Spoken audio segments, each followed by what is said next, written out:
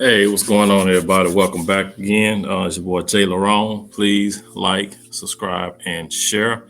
And please drop some comments down below. Um, I got another one, man, from the same podcast from MumiaObsidianAli, and it's a little bit of a continuation to this series he was doing. And this one is called, Women of God Addicted to Thought Culture. Now, in this part, he talks about, women, older women who are, in the church, of course, but even though they're in the church, they still have this thought mentality. You know what I mean? It's like that Christian feminism, where they go to church, believe in God, they all that, but they still have that feminist, mentality of, I can do what I want to do, I can sleep with who I want to sleep with, even though I'm going to church every Sunday, I still want to be out here in these streets. You know what I mean?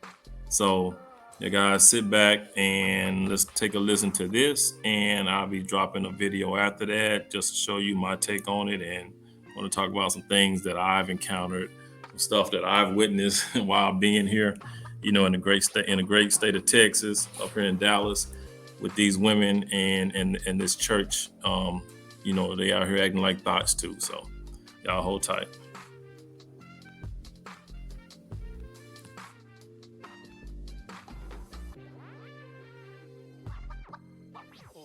So these ladies are really putting themselves into a pickle. Well, they don't think so. They out here on these. She said modernized female whores. And she Good also Lord. said these are women of God. She also followed it up with that. So we recently, I don't want us to get into the specifics right now because we're still We working need all some this organ music. Yeah, calypso organ, yeah. Yeah. But I don't want to get into the specifics of it right now. But we have been, I'll put it this way, we have become privy to, I'll put it that way, we have become privy to some indelicate information about some of the runnings of the lovely ladies out on these streets. I don't want to go too deep into the weeds, but I'll just put it that way. And by the time this podcast appears, I strongly suspect it'll be out. And it'll well, be you out know there. the saying that they, that you go to church on Sunday and then you out here, Yeah, buck wild, During the rest Monday of the through week. Saturday. Right. We're literally Seeing that. seeing. Yeah. And the Oh, and I'm not a pearl clutcher. yes, you are. No, I'm not. Yes, you No, are. I'm not. When you saw some No, of the I'm stuff not. over this weekend, I'm not a pearl you was like clutcher. you instinctually kind of like I'm jump like, back. I'm like the meme where yeah. Yeah, you kind of instinctually jump back. You was Well, like, it oh was my God. not pearl clutching. It was like, good God. Yeah. Well, maybe it was Yeah. Bible clutching, pearl And that's clutching. not the first time I've seen you do that over the years. I don't either. know. I'm just like, really? But, yeah. Like, pick a thing, ladies. Yeah. You gonna be women of God? Just do that 7 days a week. Yeah. You can't do both. Yeah. Like the Bible said, you can't serve Right. two masters. Right. And like I'm just gonna say it. Y'all are really serving, two masters. We need some organ music. Yeah. Because yeah. it's really pretty bad. pretty bad. And I don't. Could that be an adaptation to the paucity of available men? Could that be? Could what we have seen over this weekend to make you kind of almost faint? Could that be I didn't almost reaction? faint. I just walked out the room. Yeah, I exactly, was just yeah. like, no. Yeah. No. Yeah. Could that, I mean, we've seen videos, and I don't want to go into the weeds with the new videos we've seen, but then there's the videos, of course, of these lovely ladies going to Jamaica. Many of these ladies are, more mature themselves and their exploits. So, I mean, I'm just trying to be fair and balanced here. Could these actions be an adaptation to a real or perceived dearth of eligible men in a certain age range? No. You're not buying that? No, an adaptation to a lack of men? Yeah. No, it's an adaptation of you not getting chose. An adaptation of you not get. Would you mind elaborating a bit on that? Hey, if you don't understand what I just said, I'm sorry. It's pretty simple. It's an adaptation to you not getting chose. Wow. Just because a woman doesn't get chosen doesn't mean her needs go away. Right. Now, the problem I have is, dag, why we got to see all that? I don't want to see all that. Right. Yeah. I don't. And these I've been traumatized. I need these ladies have needs. Look, that's for sure. I'm just like, wow. Like, yeah. Like I said, I'm not a pearl clutcher, but geez. Yeah, these ladies definitely, from what we've seen, these ladies definitely have some needs. Yeah.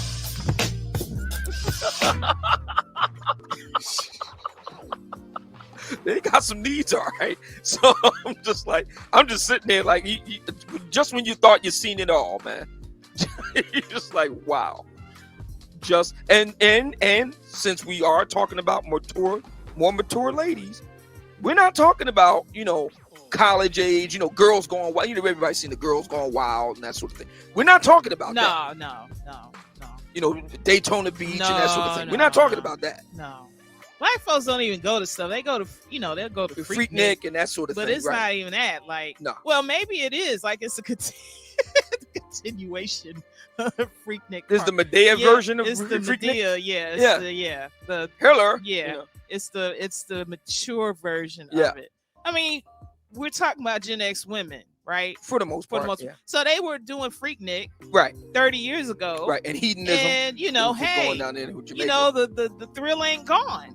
Obviously, clearly, the thrill has not abated. That's for sure. Oh man, oh my god. So problem y'all got now is that y'all getting called out.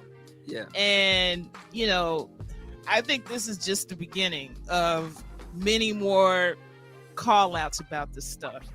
And I'm not saying that you are prohibited from exploring all the flavors. I'm not saying that. Right. But what I am saying is you then cannot be mad when said behavior disqualifies you from the goal that you say you have, which is getting a husband. Well, let's can't have both. Well, just get right to it. These ladies want a high value man. Let's just get right. We're not gonna play around. Okay, you're saying let's clarify what they want. They want a high value man husband. Yeah, right. But yet they also wanna, they want to go to the buffet. Right. And play around with men who clearly are not that. Right. Unless you consider, I don't even want to play it. Go ahead. Please. Unless you consider that what makes them high value is a certain type of physique and a certain type of equipment there, Big, juicy. Unless you consider that makes you high value, and she did say in the video, not you personally, but I mean these ladies, and Miss Sims did say in her video that these ladies had complaints about older gentlemen not being able to perform and so on and so forth. But in all fairness, she came back and said, y'all talking about you want younger, and the younger. See, this is where I have to say to Miss Sims, I don't know what you've been told, but because their expectations are unrealistic. The guys that they're wanting don't want them. A lot of times you gotta lower your standards in order to get what you want out of life. And that happens a lot when you're at that age and you wasted your life or your time by being out in the streets. And that's the case for a lot of these women. They wasted their youth. Some of them might have gotten married early, then got a divorce or whatever, and then after that they just they was just hopping from guy to guy. Just going from here to there, doing whatever. And another interesting point was a lot of them are, this might offend some people, but in the podcast, a lot of these women were women of the church. These were the holier than thou, godly women. I ain't saying all. I'm not saying all the women are like this, but a big majority of them were, and as we all know, most of the time, women in the church, what do? They party all night. They party on the weekends, party on Saturdays, go to church on Sundays. Dropping it like it's hot. Saturday at the club. You know, they out there in the streets on Saturday. But then come Sunday, they up in the church. You know, and from what I took from the podcast was, you know, and they was talking about women in their 50s that were still, you know, dropping it. They talking about women, these women were in their 50s, no arthritis, nothing bothering them, but they could still drop it. They could still get out there and do the doggone thing. You know what I'm saying? You know, they out there busting it wide open on the floor, on the dance floor and stuff. You know, in their 50s. And there's something like that. I've seen plenty of women, man, you know, around my age group in their 50s, close to the 60s, still in decent shape. You got some that are not, but some are still in decent shape. And they're still out there in the clubs, man. They still doing some freaky-ish. You know what I'm saying? They still out there doing that freaky stuff, man. And they just made me think about, you know, when I was younger, I moved to Dallas in 96, right? When I got out of the Army. So I was in the Army from 88 to 96. Got out of the Army in 96, moved to Dallas. You know, me and a couple of my partners, homeboys, we moved up here, man, and we got jobs and stuff working. We were working these 12-hour shifts then.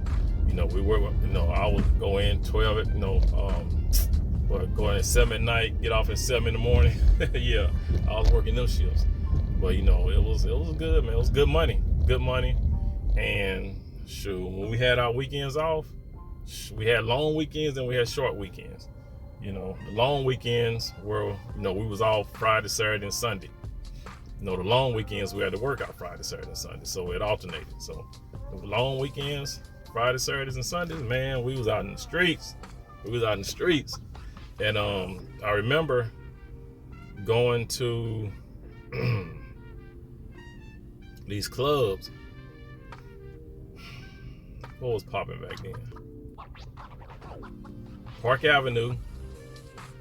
If you're from Dallas, you know Park Avenue was a hot spot back then. And then it got closed down, but then it reopened back up. Deion Sanders opened another club up. Deion Sanders opened up he took over and opened a club up where Park Avenue used to be. And it was called Primetime 21. Man, what I tell you, man, that was popping. Them clubs back then was popping. Then they had another club called Club GG's. That was another hot spot, you know. And in these clubs, man, I think Park Avenue was off of Park Drive. I think it was like in that Lovers Lane area, Park Drive, Greenville. So I know GG's was off of Greenville. But yeah, so we used to hit them clubs up, man, on the weekends when we was off, right? And in those clubs, and these are the women, like I said, back then, you know, they was in their 20s and 30s. So now, of course, you know, they're in their 50s and 60s. So yeah, you know, so but they were still like these churchgoers, man, which was, you know, go to the club, party, and then go to clubs, party on Saturday, go to church on Sunday. I ran into a lot of them, and I still see a lot of them today. I got some stories for y'all, man. I got some stories, but hold tight. Pull up at this gas station, we get some gas, and we're gonna pause real quick, and I get back into it, man. I got some stories for these girls, man. They'll tell y'all about these girls up here in this club.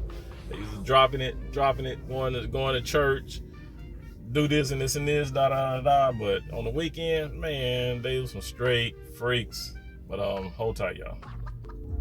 My thing is like, look, I don't understand why women cannot come to grips I'm back, y'all. with what men want. Pause that. All right, I'm back. Right? So, what was I talking about? Oh yeah, the club. These women, man, once we see which clubs I want to talk about. All right, so like I said, we had Park Avenue, which later became Primetime 21, and during those times, you still had Club GG's, and then there was some more. But like I said, these women, man, would go to these clubs, party on Saturdays, and Sundays they up in church, And like I said, this ain't all. I keep guys saying this ain't all women. We should know that by now. But this is not all the women. This is not all women that I'm talking about. But this is a majority, and we know a lot. I know a lot of you guys know some women like this. So some of you women know some women like this, right? Some of y'all friends, some of y'all homegirls, Sure. They meet a guy at night. They meet a guy on a Saturday. Go home with him. Get the cheese clap. Then get up Sunday. Oh, I got to go to church. I know some that do that now. There's some that do that now. I know some in their mid-40s, early 50s. Yeah.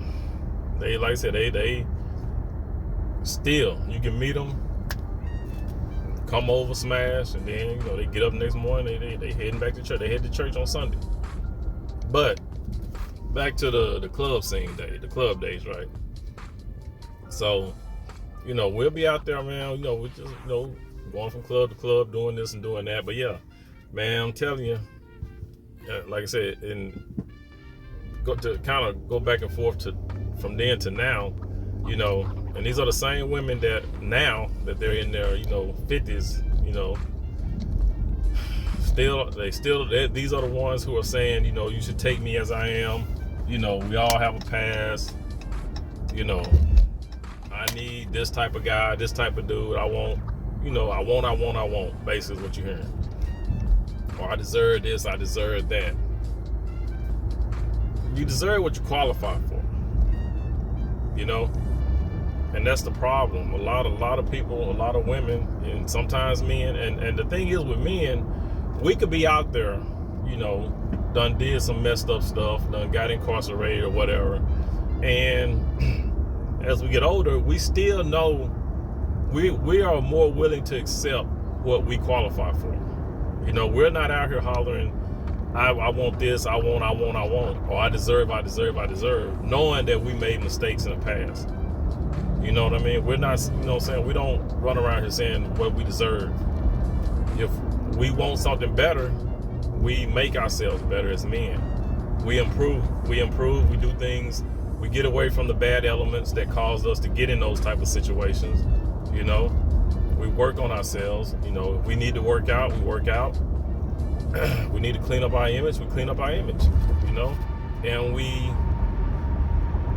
and then once we get to a point that where we're not what we used to be, we've gotten better, then we are cool with what we get. We're cool with the outcome that we get. It's still not just because we've improved ourselves from what we were back in the day. Damn, the truck turned on. Yeah, driving crazy out here. But so once we've improved ourselves from what we were back in the day, we're still okay with, even if we don't get that top tier of what we thought we should have gotten, let's say we were shooting for a certain type of woman or a certain thing or whatever. Even if we don't get that, we're cool with what we got.